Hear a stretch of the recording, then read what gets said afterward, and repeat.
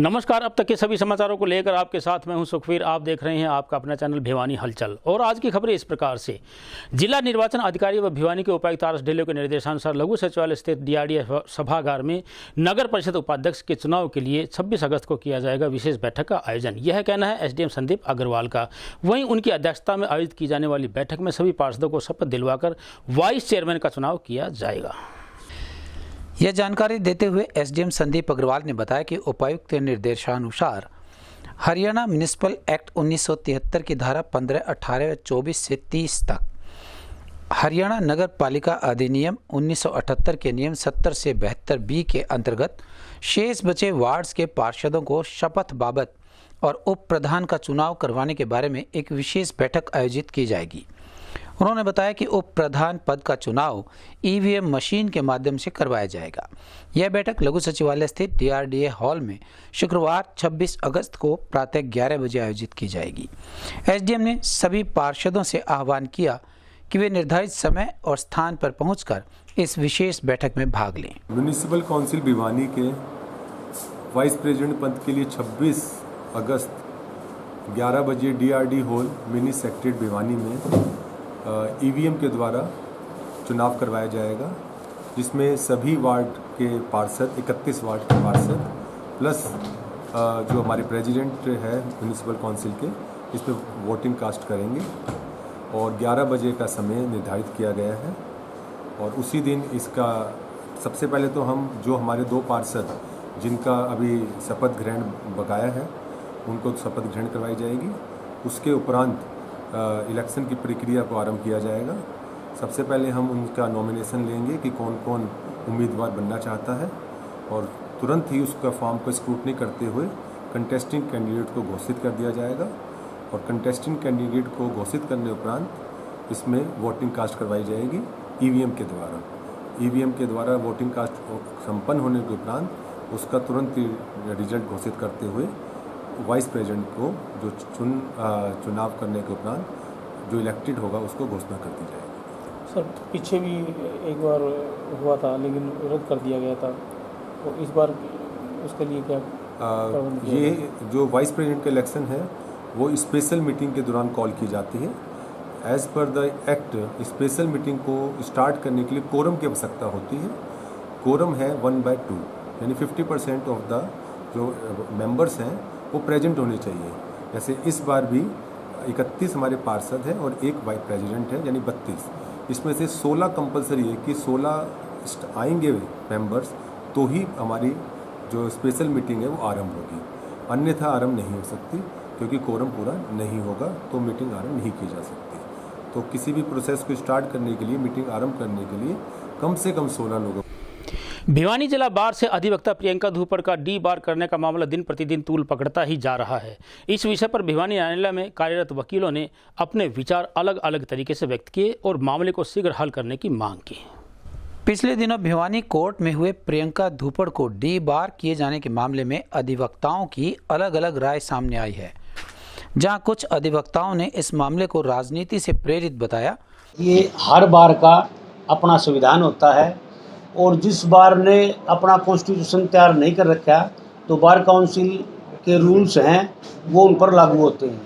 अगर किसी बार ने अपना कोई संविधान बना भी रखा है और वो संविधान बार काउंसिल का जो एडवोकेट एक्ट है उसके अगेंस्ट है तो वो चीज़ें लागू नहीं होती।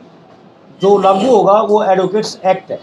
एडवोकेट एक्ट में कुछ गाइडलाइंस भी हैं कि वकील के ये एथिक्स है, इनके अनुरूप आपको यहाँ प्रैक्टिस करनी पड़ेगी। तो बार का जो संविधान है यहाँ संविधान बना रखा है, लेकिन ऐसी कोई बात नहीं है कि भी किसी को इस प्रकार से अचानक डी बार के। उसका एक प्रोसेस है, आप उसको लिखित में नोटिस दोगे, उसका रिप्लाई लोगे। और जहाँ तक मैं समझता हूँ कि डी बार का जो मामला है वो इस प्रकार का नहीं है कि आप मीटिंग बुला के कोई डी बार करो।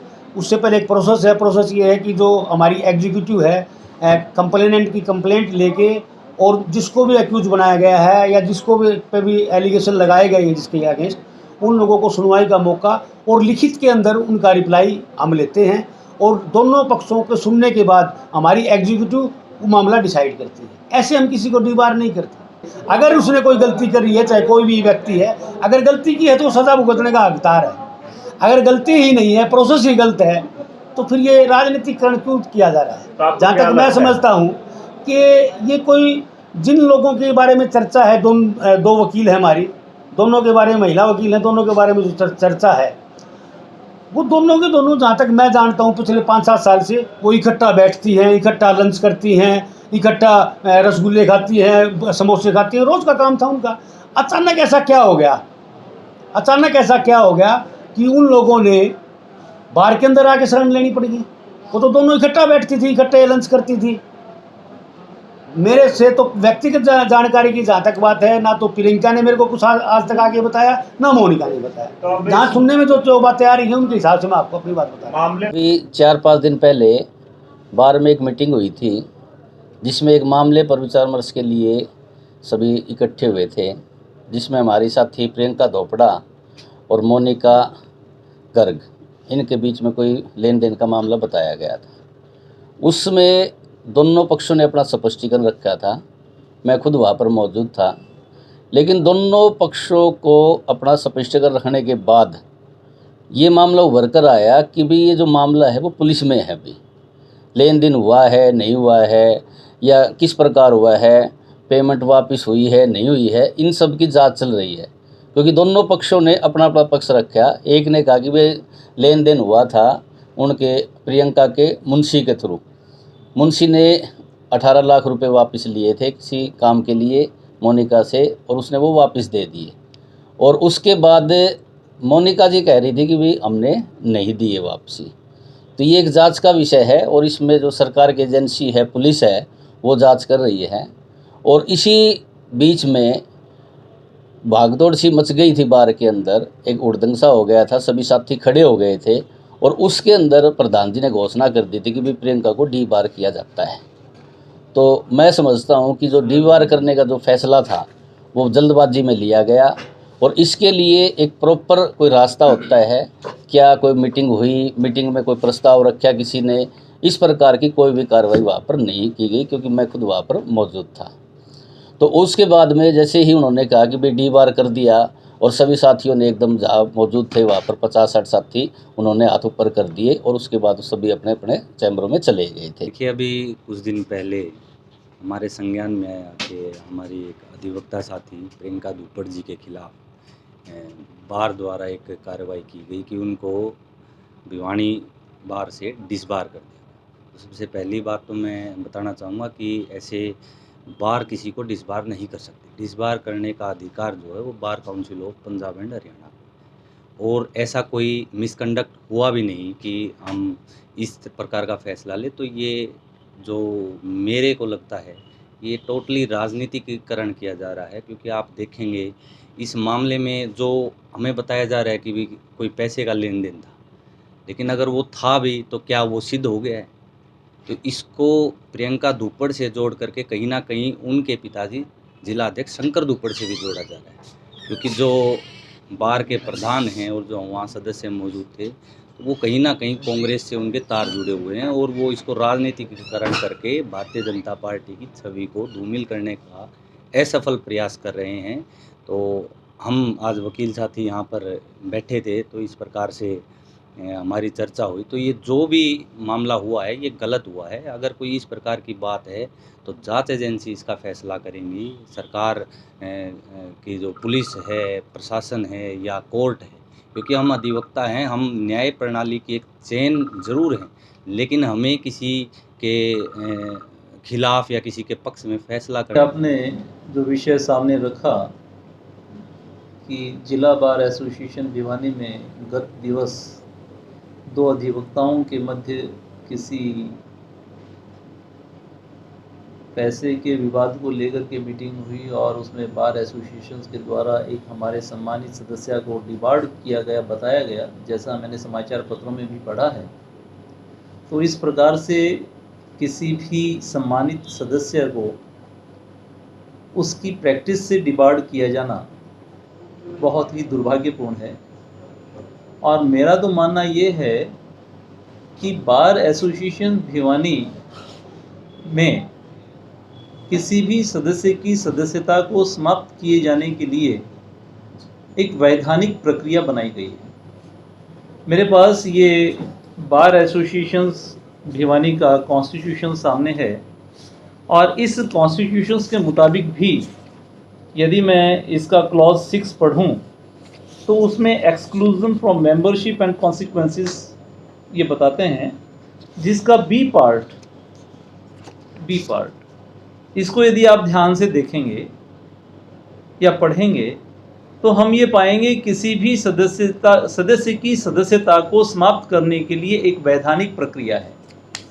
और वो प्रक्रिया ये है कि यदि किसी अधिवक्ता के विरुद्ध किसी प्रकार की कोई शिकायत आती है और उसके लिए बार एसोसिएशन मीटिंग बुलाती है तो ऐसे सदस्य की सदस्यता समाप्त करने के लिए कुल सदस्यों का 2/3 उपस्थिति अति आवश्यक है और ऐसी मीटिंग के लिए 1 सप्ताह पूर्व नोटिस दिया जाना भी अति आवश्यक है। मैं पढ़ देता हूं जो इसमें लिखा हुआ है कॉन्स्टिट्यूशन में। The name of any member shall be liable to be removed from the membership of the association if at least 2/3 of the members present in the meeting specially called for the purpose vote for such removal, but for holding such a meeting 1 week notice and quorum of 2/3 members of association shall be necessary। तो ऐसी स्थिति में जिस माननीय सदस्य की सदस्यता को डिबार्ड किया गया उस मीटिंग में ना ही तो बार एसोसिएशन के द्वारा ये 1 वीक का नोटिस दिया गया और ना ही इस संविधान के मुताबिक बार एसोसिएशंस के 2/3 मेंबर्स की उपस्थिति वहाँ पर दर्ज थी। ऐसी स्थिति में मेरा मानना ये है कि बार एसोसिएशन के द्वारा किसी सदस्य की सदस्यता को डिबार्ड किया जाना पूर्ण रूप से अवैधानिक रहा है।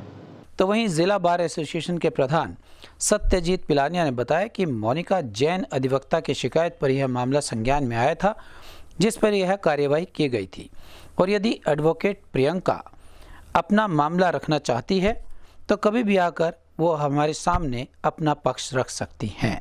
आपको ये बता दूं, मैं हमारी जर्नल हाउस की मीटिंग हुई थी। जर्नल हाउस की मीटिंग के अंदर ये फैसला लिया गया, न कि मेरा अकेले का कोई फैसला है। जर्नल हाउस के अंदर खचाखच हमारा पूरा हाल भरा हुआ था।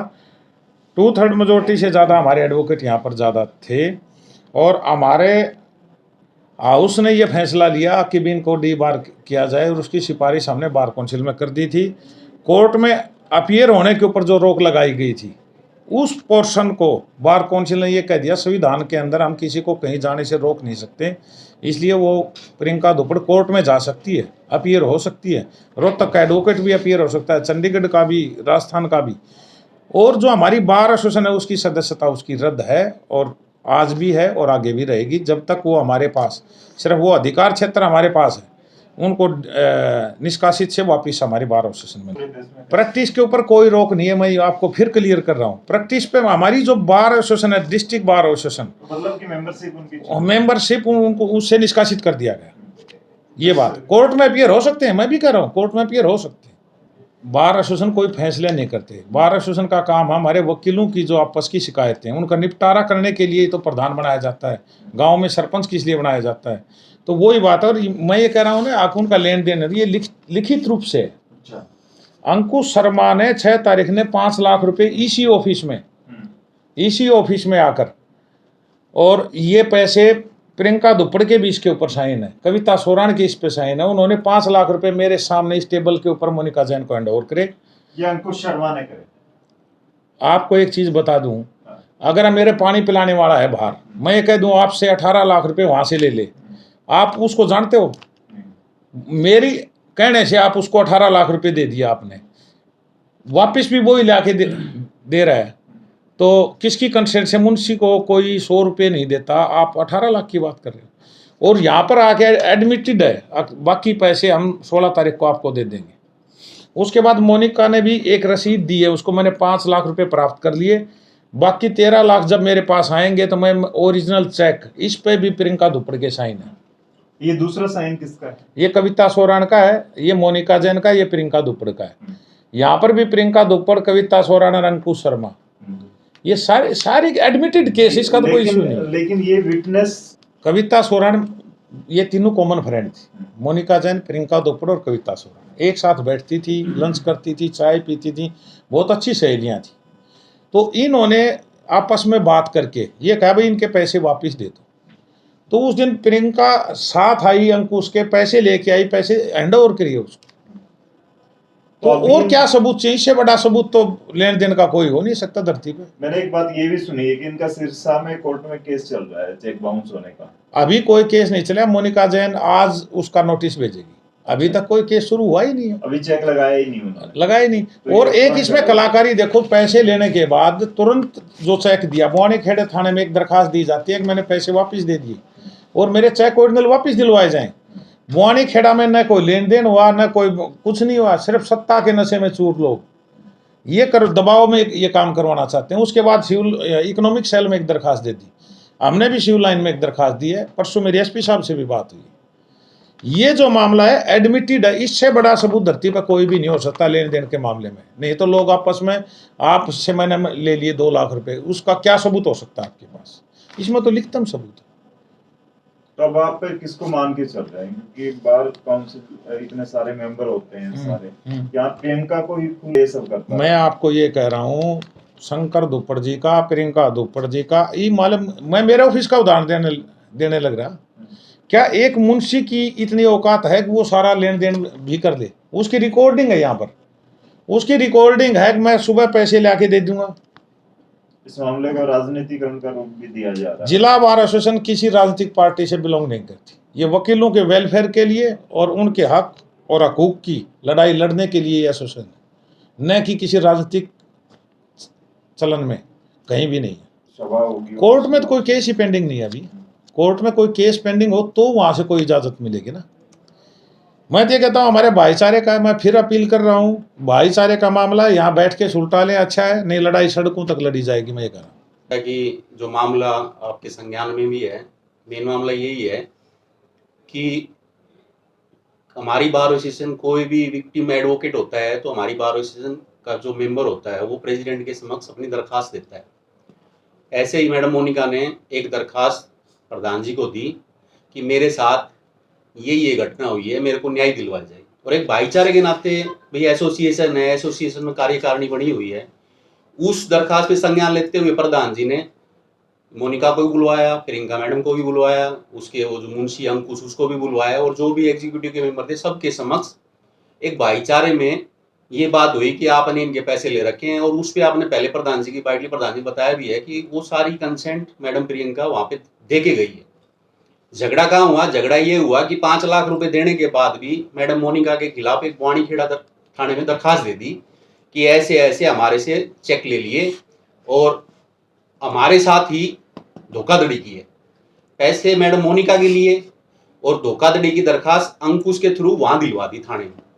वो फिर प्रधान जी के पास आई कि मेरे साथ ऐसे ऐसे हो रहा है। प्रधान जी बीइंग प्रेसिडेंट, प्रधान जी ने मैडम मोनिका के लिए मदद की और हाउस की मीटिंग बुलाई, और हाउस की मीटिंग में सारी बातें रखी गई जिसमें प्रियंका को भी बोलने का मौका दिया गया। प्रियंका अपनी बात स्पष्ट रूप से कह नहीं पाई, वो सारी चीजें यहाँ की डिनाई करगी। जो पहले वाली मीटिंग में जो बातें कह गई थी वो कोई मीटिंग में वो उससे संबंधित वो बात मैडम प्रियंका ने हाउस के सामने नहीं रखी और बीच में मीटिंग छोड़ के चली गई। ये जो उसका एक्ट और कंडक्ट था, जिस हिसाब से सारी बातें थी, उसके बाद फिर मीटिंग जारी रही। प्रधान जी ने भी फोन मिलाया, सचिव ने भी फोन मिलाया, लेकिन मैडम प्रियंका फिर बाद में उस मीटिंग में नहीं है। एक्सेप्ट करने वाली बात नहीं है। अगर वो पहले वाली मीटिंग में आती, पहले वाली मीटिंग में भी आके मैडम प्रियंका को ये बोलना चाहिए था कि ये पैसे अंकुश ने लिए हैं और अंकुश जाने ये पैसे इसने लौटाने हैं नहीं लौटाने, पहले स्टैंड क्लियर हो जाता। उस दिन हाउस की मीटिंग थी, उस हाउस की मीटिंग में भी आती वो कह देती कि भाई अंकुश है मेरा मुंशी है, मेरे मुंशी ने गलती की है, मैं बार के साथ हूं, मैं मोनिका, क्योंकि मोनिका की और मैडम प्रियंका की बहुत अच्छी दोस्ती रही है। वो मैडम मोनिका को बोल देती कि मैडम मैं आपके साथ हूं, मेरे को कहीं भी गवाह बढ़ाओ, आप जहां भी लेके जाओ, मैं इसको पनिशमेंट दिलवाएंगे अंकुश को, इसने आपके साथ गलत किया है। प्रधान जी को ये बात कह दे, मेंबर है, कोई प्रियंका से कोई दुश्मनी थोड़ी है, मेरी कोई इंडिविजुअल दुश्मनी थोड़ी है। एक मेंबर की आपस में 2 मेंबर की लड़ाई है, बैठ के समझौता ही करवाता भाईचारा तो, और ये भाईचारा ही है। आप क्वेश्चन कर रहे थे डी बार का मतलब भी यही है कि प्रेशर बनाना चाह रहे हैं, भाई गलती निकल के आए भाईचारे में। अगर गलती भाईचारे में कोई मान भी लेता है तो कोई क्या पनिशमेंट थोड़ी है। अब कानूनी जो सजा है, अगर कानूनी सजा जिसने गलत किया वही तो भुगतेगा। अगर अंकुश ने की है तो अंकुश भुगतेगा, अगर प्रियंका ने की है तो प्रियंका भुगतेगी। वो तो कोर्ट में जाएगी, मोनिका जाएगी कोर्ट में, वो भी कोर्ट में जाएगा। कोर्ट जो निर्णय करेगा वो तो आगे होना चाहिए। लेकिन यही तो फिर ये सामाजिक जो सामाजिक ताना बाना है, जो एसोसिएशन, एक एसोसिएशन थोड़ी है ये। एडवोकेट एसोसिएशन है, बॉक्सिंग एसोसिएशन है, कबड्डी एसोसिएशन, देश की एसोसिएशन, क्रिकेट एसोसिएशन है। वो तो फिर कोई फैसले लेगी नहीं।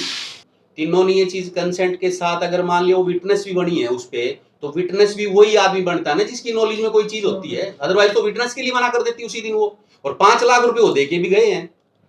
दूसरी बात भी, एसोसिएशन और क्या कर सकती है? एसोसिएशन तो प्रेशर बना के किसी समझौते में, अगर किसी के साथ कोई गलत हो रहा है, मान लिया एक मेंबर के साथ गलत हो रहा है या मैडम मोनिका के साथ गलत हो रहा है, तो एसोसिएशन तो मदद, गलत हो रहा है उसकी मदद करेगी ना। उसको आज अकेला छोड़ दें मैडम मोनिका को, अगर उसको हम अकेला छोड़ते हैं तो फिर एसोसिएशन किस काम की?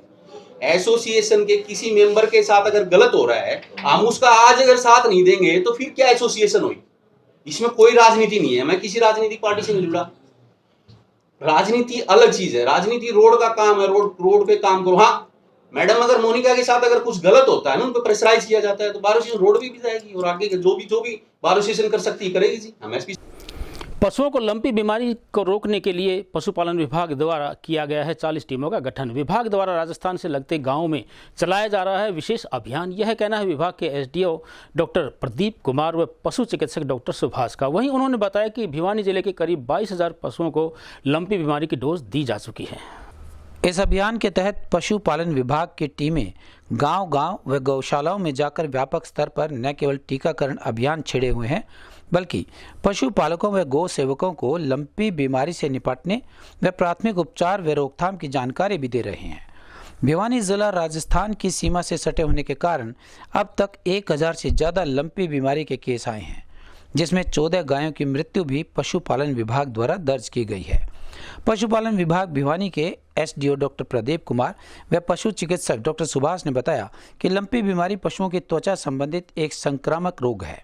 इस रोग में पशुओं की त्वचा पर गांठें हो जाती हैं, जो त्वचा व श्लेष्मा झिल्ली पर असर डालता है।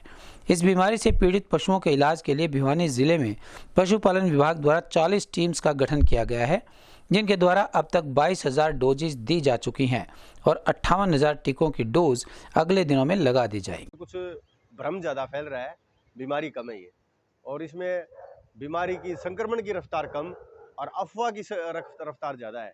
तो हमारा तो ये मानना है कि ये बीमारी को खास बीमारी नहीं है, आम बीमारी। ये पहले भी आई थी और अब भी चली जाएगी। इसमें लोग है ना ज़्यादा घबरा ज़्यादा रहे हैं, जबकि ऐसा नहीं होना चाहिए।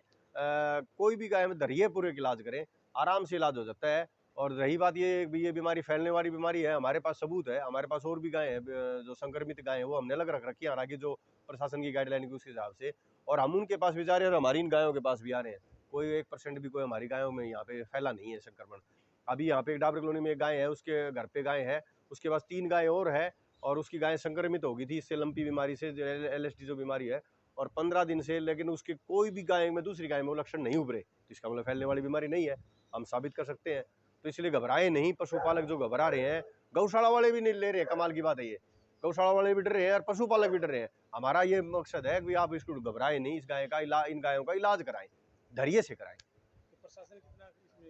प्रशासन ने जो अपने नंबर दे रखे हैं उसके हिसाब से प्रशासन अपनी तरफ से प्रयास कर रहा है और हम भी उनके साथ हैं।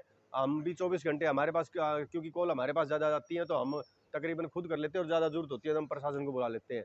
लेकिन 1% भी घबराने की जरूरत नहीं है, ठीक हो जाता है। साहिल, ये जो बीमारी चली हुई है LSD बीमारी, जिनके बारे में लोग अफवाह फैला रहे हैं कि दूसरे गायों में भी आ जाती है या हवा के थ्रू फैल जाती है, ऐसा कुछ नहीं है। क्योंकि हम भी उन गायों का इलाज करते हैं और हमारी दूसरी गायों के बीच में भी जाते हैं। और क्या बोलते हैं, ये बीमारी आप ज़्यादा से ज़्यादा मत फैलाएं, क्या वो ये अफवाह फैला के मत फैलाएं इस बात को। और अगर आपको हेल्प की ज़रूरत है, गोरक्षा दल के पास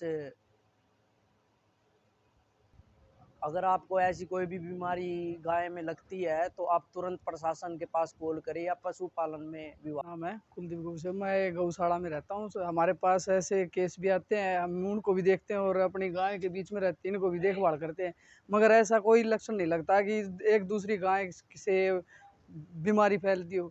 मगर ये जो अफवाह है, ये अफवाह फैलाने से ये बीमारी की वो ज़्यादा कहते हैं कि भाई ये बीमारी फैल जाती है, तो ये बीमारी फैलती नहीं है। हमारे पास भी कई केस हैं, मगर हम उनका भी देखभाल करते हैं और इनका भी करते हैं, मगर ऐसा केस नहीं है आपस में इनमें फैल गया और रोग। प्रशासन है ये भी वैक्सीन लगा रहा है, हमारा पूरा सहयोग कर रहा है, आज जाके इनको ट्रीटमेंट कर रहे देख रहे हैं, मगर उनका भी पूरा सहयोग है। तो इस बीमारी से ज़्यादा घबराए नहीं, इसमें सहयोग करें। पशुओं में जो लंपी स्किन डिजीज फैली हुई है, ये अफ्रीकन वायरस से फैली हुई है।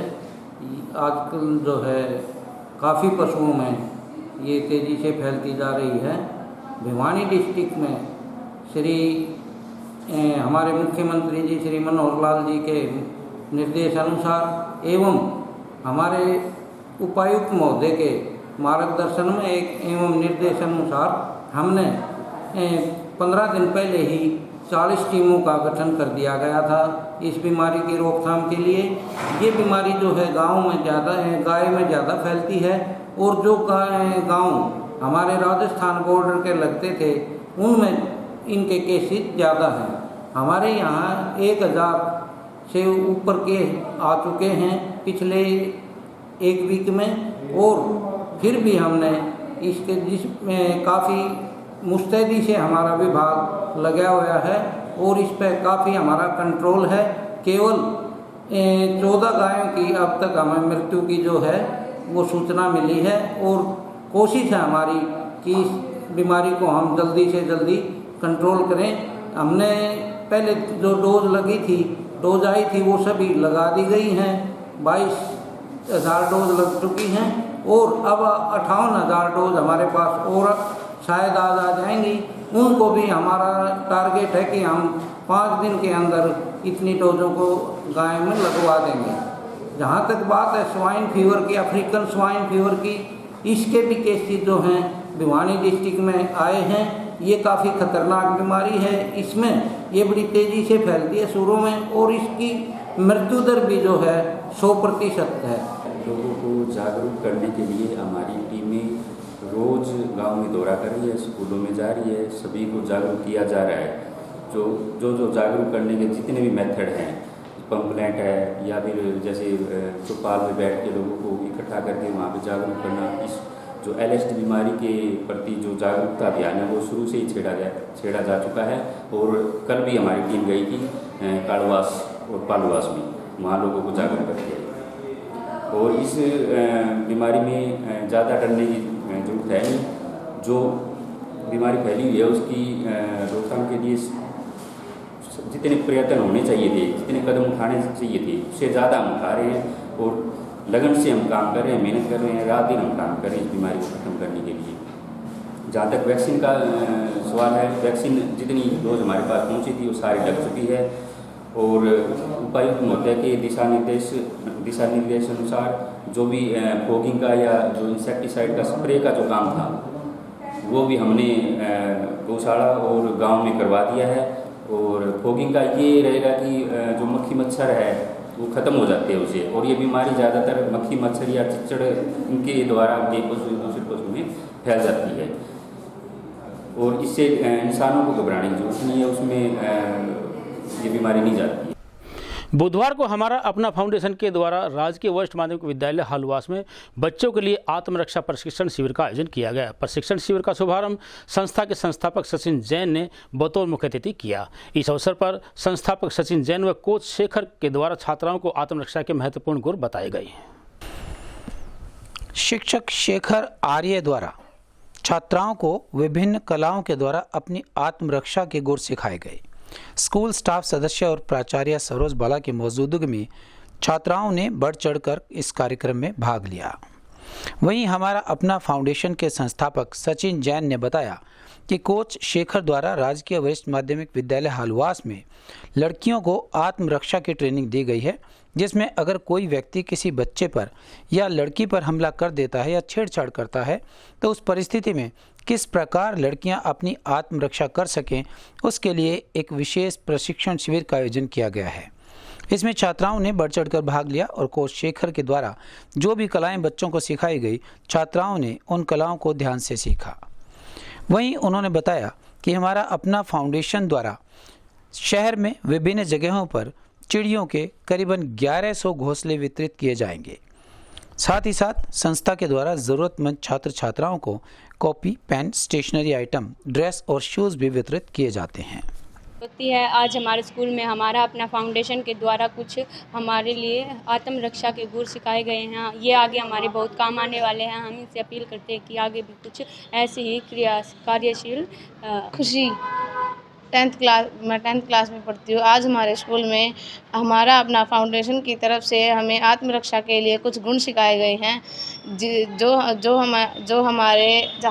हमें आगे के लिए काम आएंगे और इनसे हमें बहुत कुछ सीखने को मिला है। मेरा नाम महेंद्र पवार है, मैं यहाँ कॉमर्स पढ़ाता हूँ। आज हमारा अपना फाउंडेशन ने यहाँ आकर हमारे विद्यालय के बच्चों को आत्मरक्षा से संबंधित टिप्स दिए।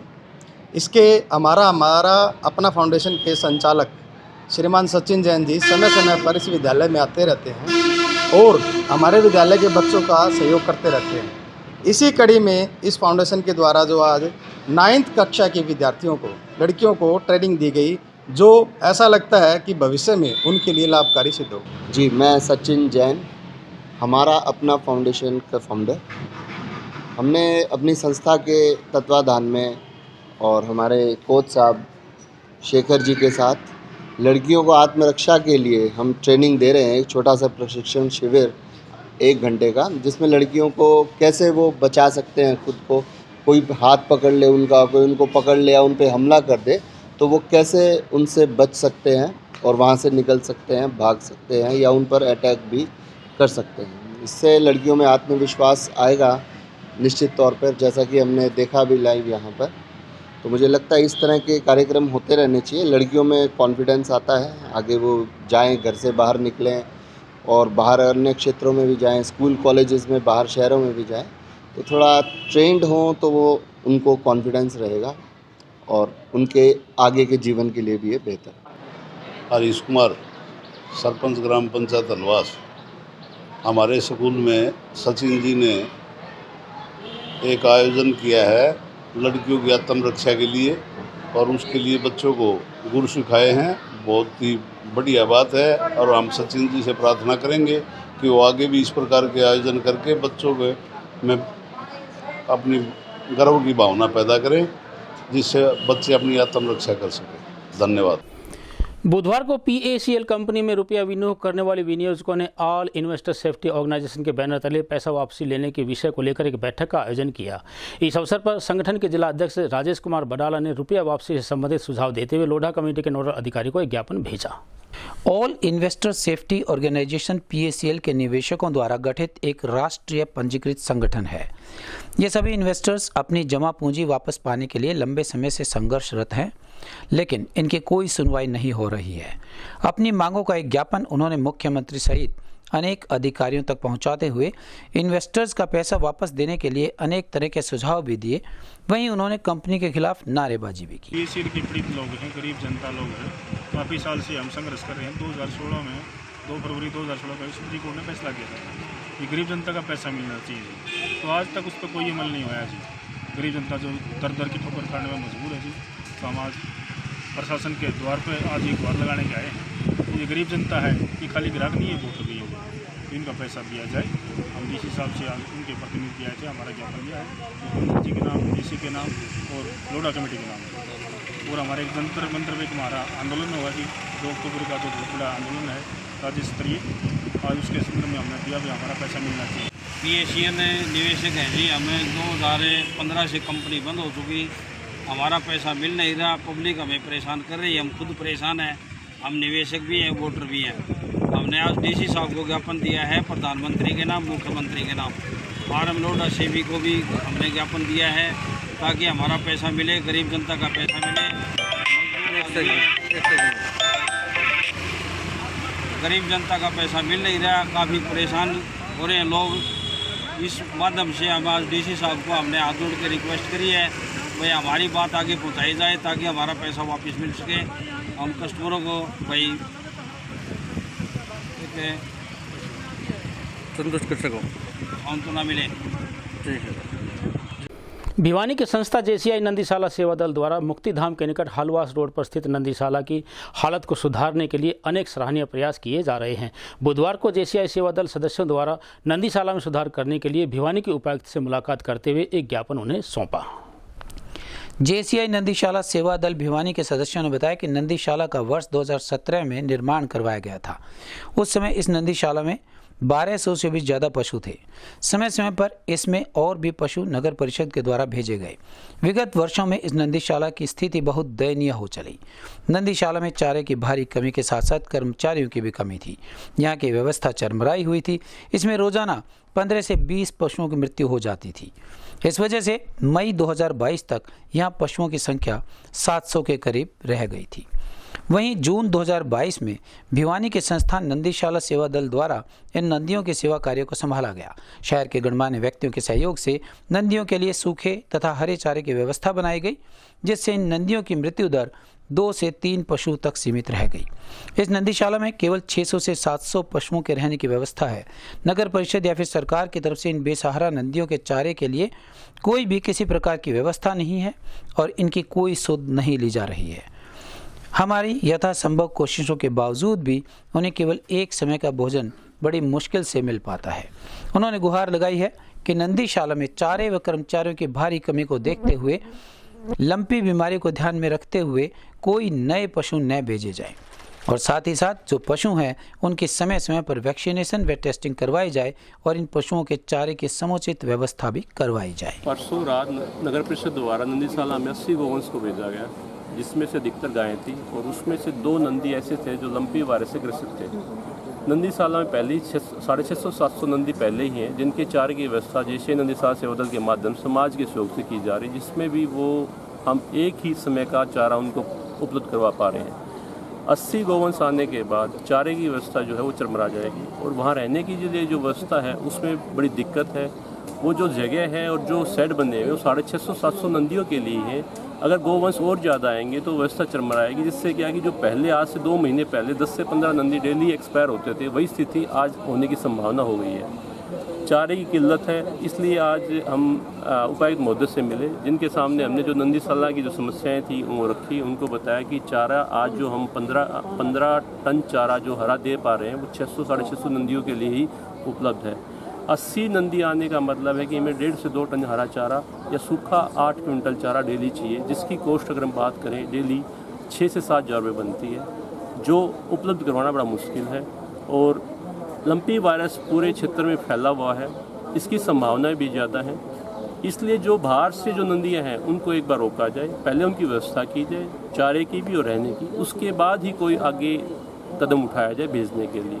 इस विषय पे आज हम उपायुक्त महोदय से मिले, उन्होंने हमारे को आश्वासन दिया है कि चारे की व्यवस्था के लिए भी वो संज्ञान में उन्होंने लिया है और उन्होंने कहा है कि भाई और जो पशु अगर हम भेजेंगे तो उसके लिए पहले आज की खबरों में बस इतना ही। अब मुझे दीजिए इजाज़त। देखते रहिए आपका अपना चैनल भिवानी हलचल।